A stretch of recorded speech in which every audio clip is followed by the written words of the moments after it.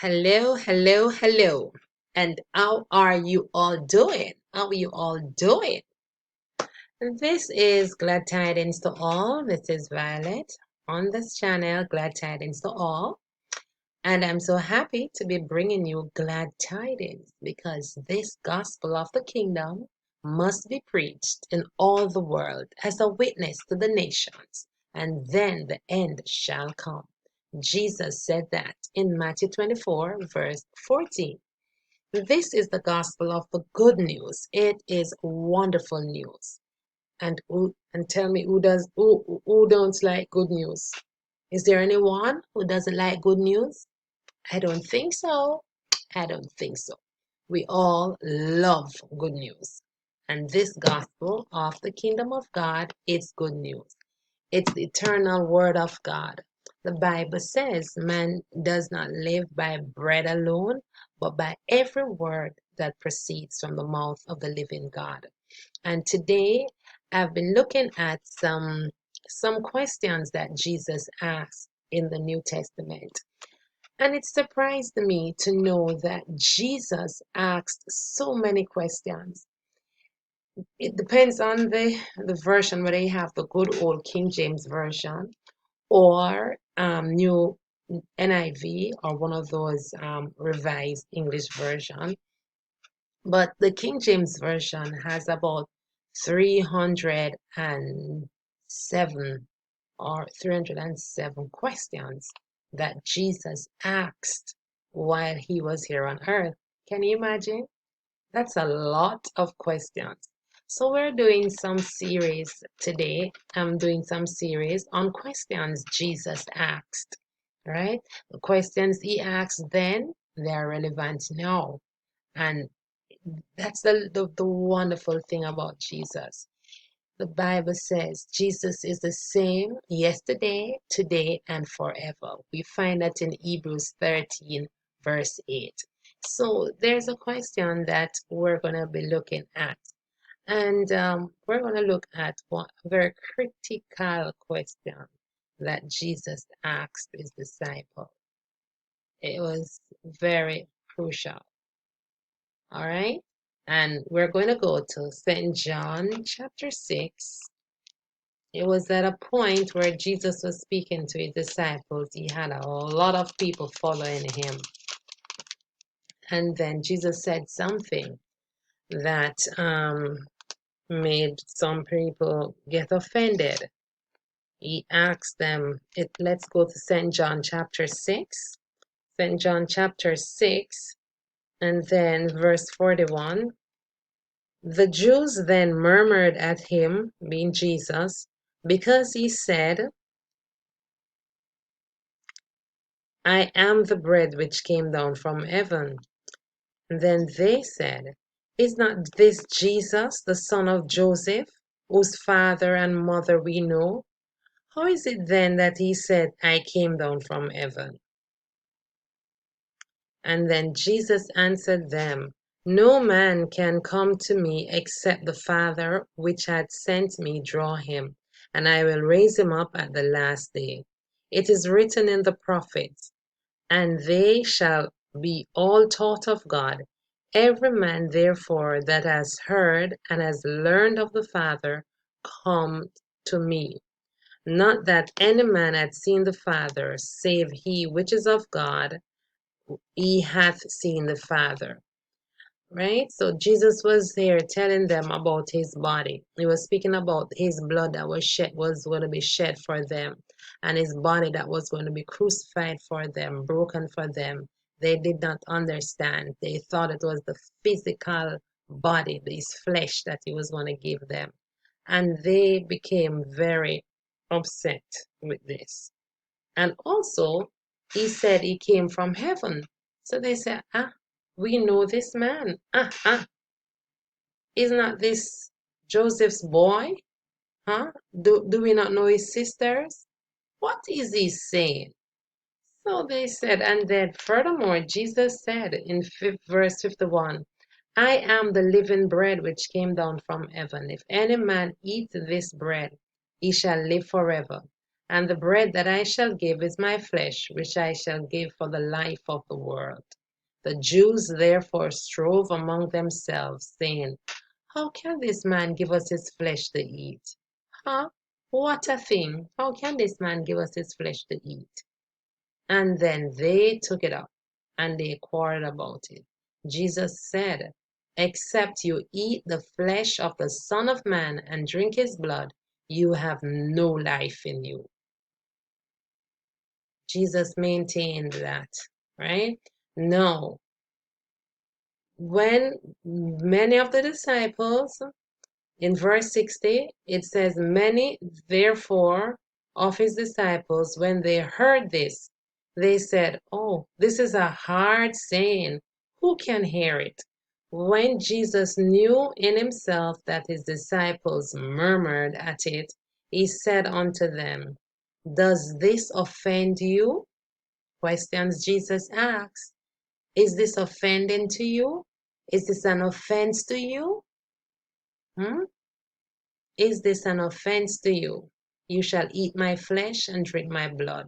Is this offending you? It was his disciples that he was asking this. It was not just a multitude. It was now people who had been following Jesus. This is not necessarily 12 only. This was a larger group, right? But they were following Jesus. They were seeing the miracles and all of these things. And they now had a problem with him speaking about eating his flesh and drinking his blood. And Jesus asked the question, am I offending you? Is this offending you? Questions Jesus asked. Very important for our present life. And then Jesus said, it is the spirit that quickeneth, the flesh profiteth nothing. The words that I speak to you, they are spirit and they are life. But there are some of you that believe not. For Jesus knew from the beginning who they were that believed not and who should betray him. Verse 65 says, therefore said I unto you, that no man can come unto me except it were given unto him of my Father. Verse 66 says, from that time, many of his disciples went back and walked no more with him. Verse 66. Notice this, people. When I saw this, I was so surprised. This is John 6, verse 66. John 6, verse 66. And from that time, many of his disciples went back and walked with him no more. They backslid. They stopped following Jesus. Can you imagine that? Then Jesus said unto the 12, will ye also go away? Questions Jesus asked. Will you also go away? Will you go away? Am I an offense to you? Will you also go away? Then Simon Peter answered him, Lord, to whom shall we go? For thou hast the word of eternal life, and we believe and are sure that thou art the Christ, the Son of the living God. Hallelujah. What a revelation. This is a revelation that God gave Peter. Flesh and blood did not give him this. He said, Lord, to whom shall we go?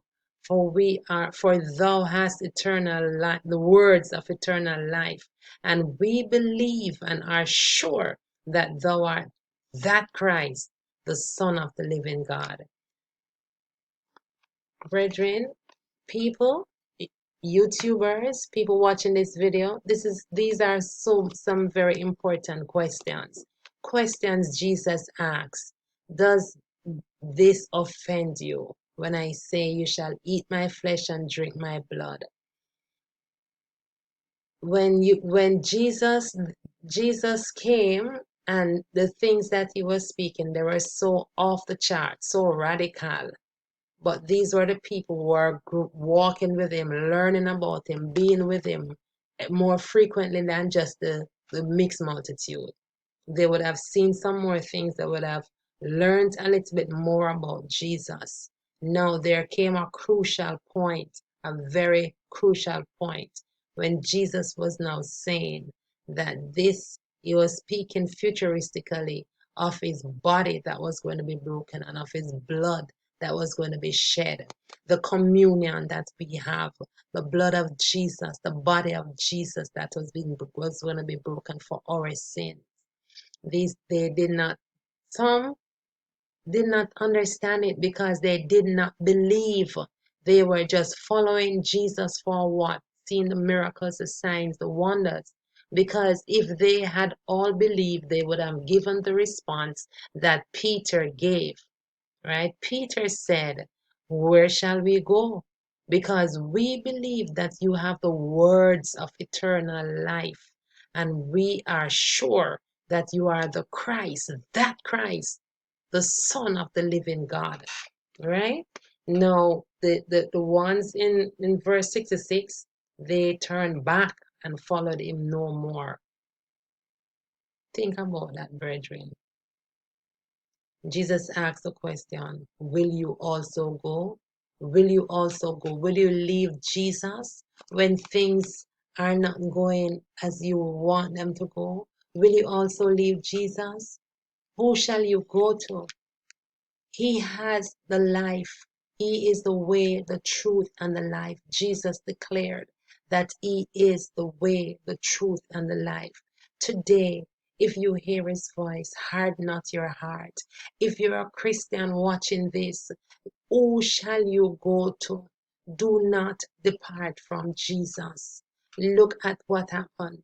The John 6, verse 66, the Bible records that these persons, they followed Jesus no more when Jesus told them that you have to eat his flesh and drink his blood. It was a hard saying, they said. It's too hard.